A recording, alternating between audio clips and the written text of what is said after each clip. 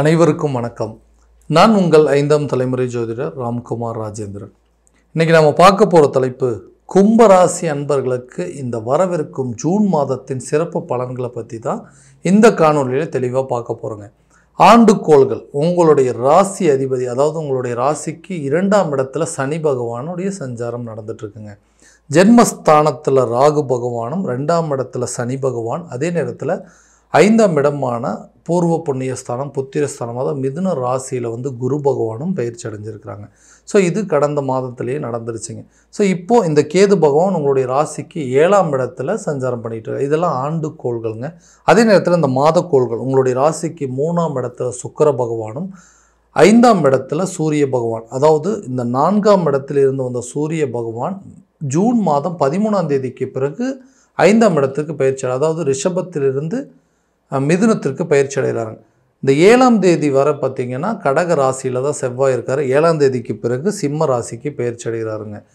June 22ஆம் தேதி வரைக்கும் பார்த்திங்கன்னா மிதுன ராசியில் தான் புதன் இருக்காருங்க. 22ஆம் தேதிக்கு பிறகு மிதுனத்திலிருந்து கடகத்திற்கு பயிற்சி அடைகிறார்.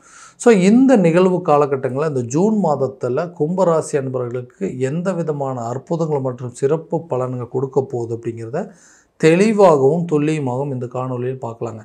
நம்ம சேனலை ஃபஸ்ட் டைம் பார்க்குறோன்னா அதை சப்ஸ்கிரைப் பண்ணிக்கோங்க, பெல் பட்டனை கிளிக் பண்ணி ஆல் ஆப்ஷன் கொடுத்துக்கோங்க.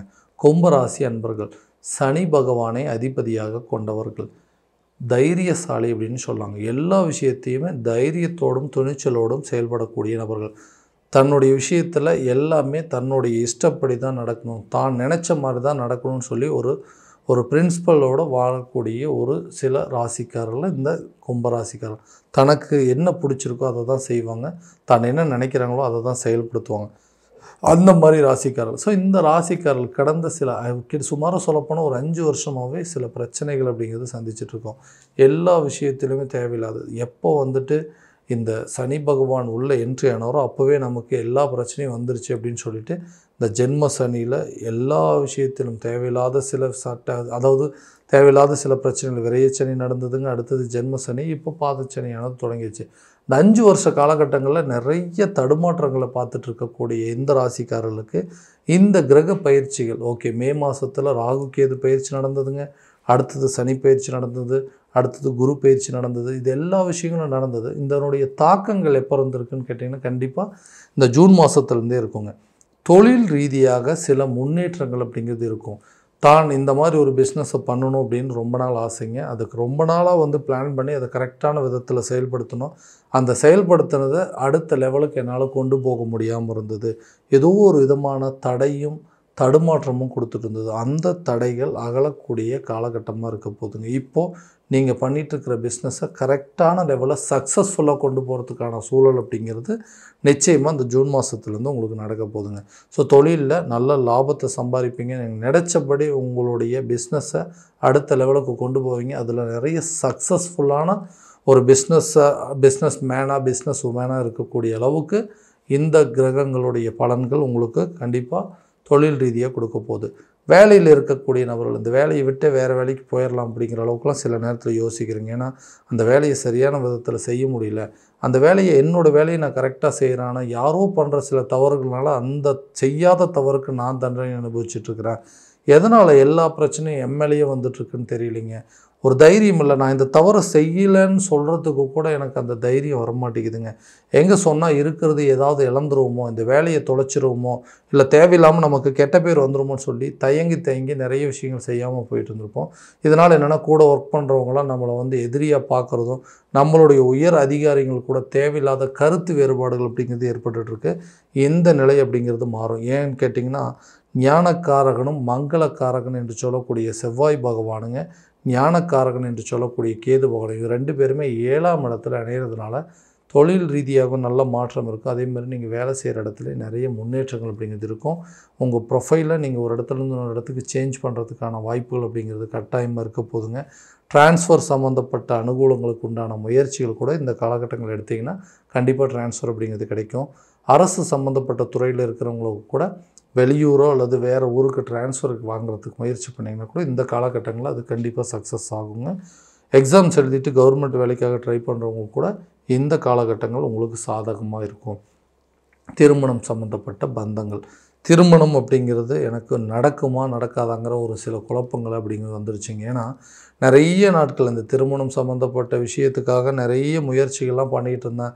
ஸோ எல்லா அலைன்ஸும் பார்க்குறாங்க, எல்லாமே கரெக்டாக அமையுது. ஆனால் திடீர்னு ஏதோ ஒரு காரணத்தினால அந்த திருமணம் அப்படிங்கிறது டிலே ஆகிட்டு இருக்குது. ஸோ இந்த மேரேஜ் நடந்துருச்சுன்னா எனக்கு அடுத்தடுத்த லெவலுக்கு என்னுடைய வளர்ச்சிகள் கண்டிப்பாக நல்ல விதத்தில் கொண்டு போயிடும். ஆனால் திருமணம் அப்படிங்கிறதே நடக்காமல் போயிருமோ, சில நேரத்தில் வந்து இந்த கல்யாணமே பண்ணிக்க வேண்டாமே அப்படிங்கிற அளவுக்குலாம் யோசிச்சிட்டேன். ஸோ இதெல்லாம் ஒரு காரணமாக இருக்குது. அதே நேரத்தில் நிறைய பேர் முதல் திருமணம் அப்படிங்கிறது பிரச்சனையாயிடுச்சு, 2வது திருமணத்துக்காக வெயிட் பண்ணிகிட்ருக்கேன், அந்த வாழ்க்கையாவது நான் நினச்சபடி அமையுமா அப்படின்னு யோசிச்சுட்டு இருக்கிறவங்க கூட இந்த காலகட்டங்கள், ஏன்னா அந்த மங்களக்காரகனும் ஞானக்காரகனும் ஒன்றா சேரும்போது இந்த திருமணம் சம்மந்தப்பட்ட யோகங்கள் அப்படிங்கிறதெல்லாம் கட்டாயமாக இருக்க போதுங்க. ரொம்ப நாளாக வந்து திருமண தடைகள் இருக்கிறவங்களுக்கு கூட இந்த நேரத்தில் அந்த திருமணம் அப்படிங்கிற பந்தங்கள் ஏற்படுங்க. செகண்ட் மேரேஜ் சம்மந்தப்பட்ட ரிலேஷன்ஷிப் கூட கண்டிப்பாக நல்லபடியாக அமையும். லவ் பண்ணுறவங்களுக்கு கூட காதல் சம்மந்தப்பட்ட விவகாரங்கள் அப்படிங்கிறது விலகி அதையவே திருமண லெவலுக்கு கொண்டு போகிறதுக்கான சூழல் அப்படிங்கிறது ஏற்படும். கணவன் மனைவிக்கிடையே இருக்கக்கூடிய பிரிவினைகள் என்ன பிரச்சனைன்னே தெரியலங்க. திடீர்னு எங்களுக்குள்ள ஒரு மிஸ் அண்டர்ஸ்டாண்டிங் வந்துருச்சு. அந்த மிஸ் அண்டர்ஸ்டாண்டிங் இன்றைக்கி வளர்ந்து பெரிய அளவில் எங்கள் 2 பேர்த்துக்குள்ளே சில பிரிவினைகள் அப்படிங்கிறது ஏற்பட்டுருச்சு. நாங்கள் 2 பேரும் சேர்ந்து வாழக்கூடிய வாய்ப்புகள் அப்படிங்கிறது இருக்காதா? ஏன்னா ரொம்ப வருஷமாக இந்த பிரச்சனை ஓடிக்கிட்டே இருக்குதுங்க. ஏதோ ஒரு காரணத்தினால எல்லாமே கை கூடுற மாதிரி இருக்குது. 2 பேருமே வந்து ஓகே நம்ம 2 பேரும் சேர்ந்து வாழலாம் அப்படின்னு சில பேச்சுவார்த்தைகள் நடத்தும்போது சம்மந்தமே இல்லாமல் அந்த பேச்சுவார்த்தைகள் வந்து முழுமை பெறாமல் 2 பேரும் பழையபடி திரும்ப மறுபடியும் பிரிஞ்சு போகிற மாதிரி ஆயிடுச்சு. நாங்கள் 2 பேரும் ஒன்று சேர்ந்து வாழவே முடியாது அப்படிங்கிற ஒரு ஏக்கங்கள் எங்களுக்குள்ளே வந்துருச்சு. இதே நிலை நீடிச்சிட்டு இருந்தோன்னா கண்டிப்பாக இது டிவோர்ஸில் தான் கொண்டு போய் நிறுத்தும் அப்படிங்கிறது தெளிவாக தெரிஞ்சு என்ன பண்ணுறதுங்க, இந்த குழந்தைங்களுக்காகவும் குழந்தைங்களுடைய எதிர்காலத்துக்காகவும் இந்த பிரச்சனையை கரெக்டான விதத்தை தீர்த்தாகணும். இதனால் நிறைய பேர் வந்து டிவோர்ஸ் வரைக்கும் அப்ளை பண்ணியாச்சு. அந்த பிரச்சனைகள் அப்படிங்கிறத தீர்க்கணுங்க. பிரிந்த கணவன் மனைவி ஒன்று சேர்வதற்கான முயற்சிகள் எடுத்திங்கன்னா இந்த காலகட்டங்களில் கண்டிப்பாக நடக்கும். ஏன்னா உங்களுக்கு ஃபேவரான இந்த ராகு கேது பயிற்சி அப்படிங்கிறது நடந்துருச்சுங்க. அதே நேரத்தில் இந்த சனி பயிற்சி அப்படிங்கிறதும் குரு பயிற்சி அப்படிங்கிறது, குரு 5ஆம் இடம் அப்படிங்கிறது முயற்சி ஸ்தானங்க. சனி பகவான் 2ஆம் இடத்துல குடும்பஸ்தானத்தில் உங்களுடைய ராசிநாதன் இருக்கார். ஜென்மஸ்தானத்தில் ராகுவும் 7ல் வந்து கேதுவும் வந்தாலுமே அவங்களுக்கு வந்து கெடு பலன்கள் அப்படிங்கிறது கொடுக்க மாட்டாங்க. கண்டிப்பாக உங்களுக்கு ஒரு நல்ல பலனை மட்டும்தான் கொடுப்பாங்க. அந்த டைமில் நீங்கள் கணவன் மனைவிக்கு ஒற்றுமைக்கு உண்டான சில முயற்சிகள் பண்ணிங்க அப்படின்னா இந்த நேரத்தில் அது உங்களுக்கு சாதகமான சூழல் அப்படிங்கிறது கட்டாயமாக ஏற்படும். இல்லைங்க எனக்கு வந்து சில நேரத்தில் வந்து தைரியமே இல்லை, எல்லாமே வந்து போயிருச்சு, அவ்வளோதான் முடிஞ்சிருச்சு, இதுக்கு மேலே நம்ம வந்து சேர்ந்தே வாழ முடியாது, என்ன முயற்சி பண்ணாலும் அது நடக்காதுன்னு யோசிச்சிங்கன்னா கட்டாயமாக அந்த 5ஆம் இடத்துல இருக்கக்கூடிய குரு பகவான் முயற்சி ஸ்தானம் அப்படிங்கிறது இருக்காங்க. அந்த முயற்சிகள் திருவினையாகும். கரெக்டாக உங்களுடைய ஜென்மஸ்தானத்தையே ராகு பார்க்கறதுனால, ஜென்மஸ்தானத்தில் இருக்கக்கூடிய ராகுவை குரு பகவான் பார்க்கறதுனால தன்னுடைய அந்தஸ்து அப்படிங்கிறது உயரும். இது வரைக்கும் வந்து நீங்கள் பிரிஞ்சு வாழ்கிறதுனால நிறைய அவப்பேர்கள் அப்படிங்கிறது சந்திச்சிருப்பீங்க.